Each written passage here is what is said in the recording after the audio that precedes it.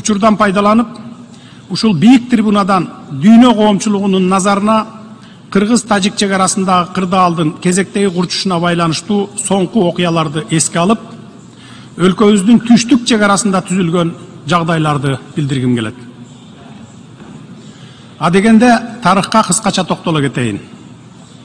1991 жылдын декабрында Советтер Союзу тарагандан кийин талаштуу аймактар жана чек ара көйгөйлөрү келип чыккан.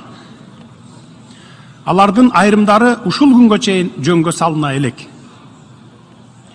Совет Кытай чек арасынын бүткүл периметри боюнча 20дан ашык талаш жер болсо, анын ичинде Кыргызстанда 5 талаш жер болгон. Биз алгач ирет 1996 жылы Кытай Эл Республикасы жана 1999 жылы Казакстан Республикасы менен 3 өлкөнүн мамлекеттик чек араларынын тогошкон жерлерин, чек араны жөнгө салуу маселелерин ийгиликтүү бүтүргөнбүз. Биз азыр Өзбекстан Республикасы менен биргелешкен иштерди дээрлик толугу менен аяктап, мамлекеттик чек ара жөнүндөгү келишимге кол коюуга киришип жатабыз. Аталган 3 коңшу өлкө менен мамлекеттик чек арабыз тынчтыктын, ынак коңшулуктун, достуктун жана өз ара пайдалуу кызматташтыктын чек арасына айлангандыгын зор кубаныч менен баса белгилеп кетемин. Тажикстан Республикасы менен болгон мамилебиз боюнча төмөнкүлөрдү билдиремин. Биз ынак коңшу элдерибиз илгертен бери өтө жакын жашайт. Бизди жалпы баалуулуктарыбыз, маданиятыбыз, каада салтыбыз бириктирип турат. Биздин динибиз бир. Биздин элдерибиз туугандык байланыштар менен чырмалышкан. Айтылуу Манас атабыз тажик канышасы Каныкейге үйлөнгөн. Советтер Союзу юридикалык жактан 1991 жылдын 21 декабрда Казакстан Республикасынын Алмата шаарында тараган.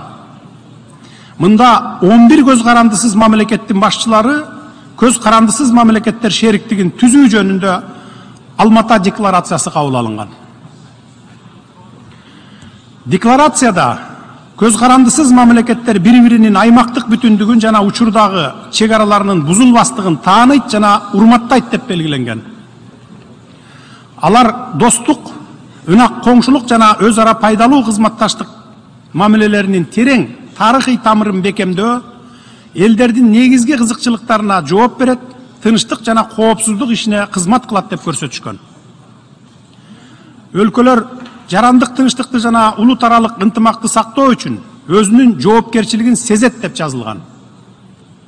Бул юридикалык документке көз карандысыз мамлекеттер шериктештигинин 11 мамлекетинин президенттери, анын ичинде Тажикстан Республикасынын президенти да кол койгон.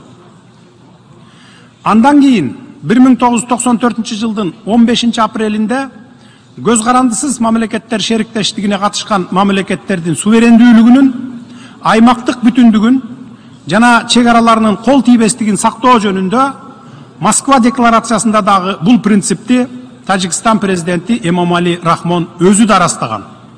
Кол коюп макул болгон. Бирок азыр ал принциптен тайып жатканы өкүнүчтүү. Ал Тажикстандагы кандуу жарандык согуш аяктагандан кийин 1998 жылы биринчи расмий иш сапарын Кыргыз Республикасына жасаган. Кийинчерээк Кыргыз Республикасы менен Тажикстан Республикасынын ортосундагы эки тараптуу мамлекеттер аралык эки келишим 1996 жылдын 12 июлундагы мамлекеттер аралык мамилелердин негиздери жөнүндө келишим жана 2004 жылдын 26 майындагы ынак коңшулук жана өнөктөштүк мамилелер жөнүндөгү келишим түзүлгөн. Эки келишим тең Дүйшөмбү шаарында кол коюлгандыгын белгилеп кетким келет. Урматтуу төрага мырза, эки мамлекеттин ортосундагы чек ара маселелерин жөнгө салуу боюнча иш башталгандан тартып, Кыргыз тарап дайыма өзүнө алган эл аралык милдеттенмелерге, анын ичинде эки тараптуу милдеттенмелерге ылайык иш жүргүзүп, өз ара пайдалуу компромисстерди сунуштоого аракет кылып, конструктивдүү маанайдагы сүйлөшүүлөрдү жүргүзүп келебиз. Белгилей кетсем, 2021 жылдын апрелинде Тажикстандын куралдуу күчтөрү биздин аймагыбызга негизсиз эле масштабтуу агрессия жасады. Анын кесепетинен 36 жараныбыз курман болуп, олуттуу материалдык зыян келтирилди. Кыргыз калкымдын сынына кабылсам дагы ортолук аянтта жолук деген талаптарды коюп турушту. 2021 жылдын июнунда Дүйшөмбү шаарына учуп барып, чек ара боюнча өз ара пайдалуу чечимди табууга аракет кылып, президент Рахмон менен жолугуштум. Элим үчүн мен сүйлөшүүлөргө ошол күндөгүдөй 10 саат эле коротпостон бул маселени биротоло чечүү үчүн канча болсо да убактымды дагы деле коротууга даярмын. Албетте кандай чечим болсо дагы өз ара эки тарапка пайдалуу чечим болуш керек. Ал эми ушул жылдын 14, 15 жана 16 сентябрында Кыргызстандын түштүгүндө масштабтуу аскердик кагылышуу болгондугун терең кайгыруу менен кабарлайм. Мурда сүйлөшүлгөн бардык макулдашууларга карабай, тажик тарап Кыргыз-Тажик мамлекеттик чек арасынын бардык периметри боюнча чек аралык жана жарандык объектилерге чабуул жасады. 140 миңге жакын жараныбыз чек арага жакын калктуу конуштардан эвакуацияланды. Аларга керектүү жардамдар көрсөтүлүп жатат. Ушуга байланыштуу тилектештик жана моралдык колдоо көрсөткөндүгү үчүн Бириккен Улуттар уюму системасына, досторубузга, өнөктөштөрүбүзгө ыраазычылык билдирип кетемин. Жарандык жана аскердик объекттерге, үйлөргө, административдик имараттарга, мектептерге, чек ара тозотторуна чоң материалдык зыян келтирилди. Кандай гана болбосун материалдык зыяндын ордун толтурса болот экен. Бирок өз өмүрүн аябастан мекен үчүн согушуп, курман болгон биздин ер жүрөк жоокерлерибиздин, аткылоого кабылган жарандарыбыздын ордун толтура албайт экенсиң. Биз каарман жоокерлерибиздин эрдиктерин эч качан унутпайбыз. Тажикстан тараптын эч кандай себепсиз эле жасаган ушундай куралдуу агрессиялык жүзү каралык акциялары бизди өтө капа кылууда. Анткени биздин өлкөлөрдүн ортосунда эл аралык келишимдер жана милдеттенмелер түзүлгөн болчу. Pacta sunt servanda келишимдер сакталышы керек деп латын макалында айтылат. Биз тажик кошунабыз менен кандай гана форматта болбосун, эл аралык эрежелердин негизинде цивилизациялуу, юридикалык жолдор менен сүйлөшүү процессин улантууга даярбыз.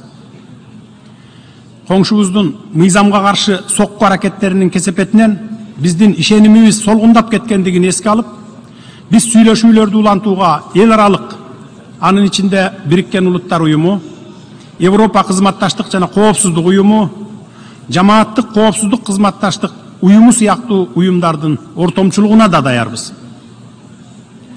Бизде тажик тараптын өткөн жылдарда жана кечээки жасаган укукка каршы биринчилерден болуп кол салган иш аракеттеринин документтештирилген далилдери бар.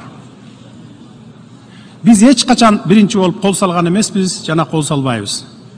Ар дайым курал колдонуудан алыс болууга аракет жасап келебиз жана эч качан куралсыз жай тургундарды атпайбыз. Бизге дайыма тажик тараптын жасаган агрессиясына адекваттуу жооп кайтаруу менен гана чектелип жатабыз. Ушуга байланыштуу төмөнкүлөрдү баса белгилейм. Кыргыз тарап бөтөн бирөөнүн жерине көз артпайбыз, бирок 1 сантиметр жерибизди бирөөгө бербейбиз. Биз бардык чек ара жана чарба маселелерди сүйлөшүүлөр менен гана чечилиши керек деп эсептейбиз.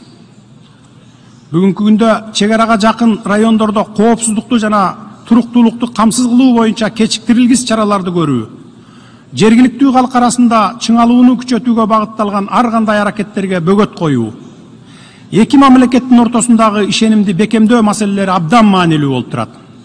Ошондуктан биз сүйлөшүүлөргө, чек ара тилкелерибизди тез арада такташып бүтүүгө дайым даярбыз.